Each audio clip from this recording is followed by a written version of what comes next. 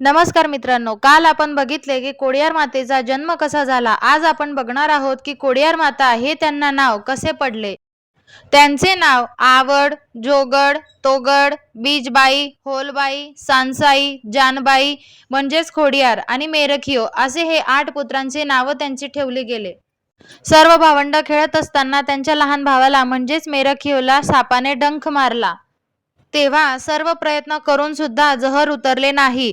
मग गावातील वैद्य आले. त्यांनी सांगितले की पाताळ लोकातील नागराजाजवळून जो अमृत कुंभ तुम्ही सूर्योदय होण्या अगोदर त्याला दिले तर तो वाचेल. तेव्हा सर्वजण विचारात पडले की पाताळात जाणार कोण. तेव्हा देवाला आठवले की आपल्या मुली तर नागणीचं रूप आहे.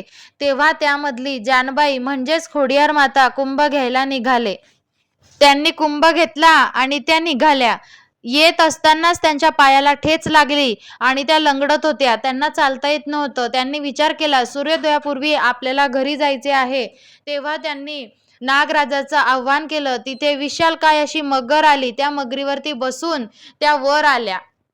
सर्वांना आश्चर्य वाटले की ही मगरावर बसून वर आलीच कशी, पण पायाला लागल्या असल्यामुळे त्या लंगडत लंगडत चालत होत्या. त्यांच्या बहिणी त्यांना म्हणू लागल्या, तू खोडी तर नाही झालीस ना. लंगडण्याला गुजरातीमध्ये खोडी असं म्हणतात. तेव्हापासून त्यांना सर्व खोडी खोडी म्हणू लागले, म्हणून त्यांचं नाव खोडल असं पडले.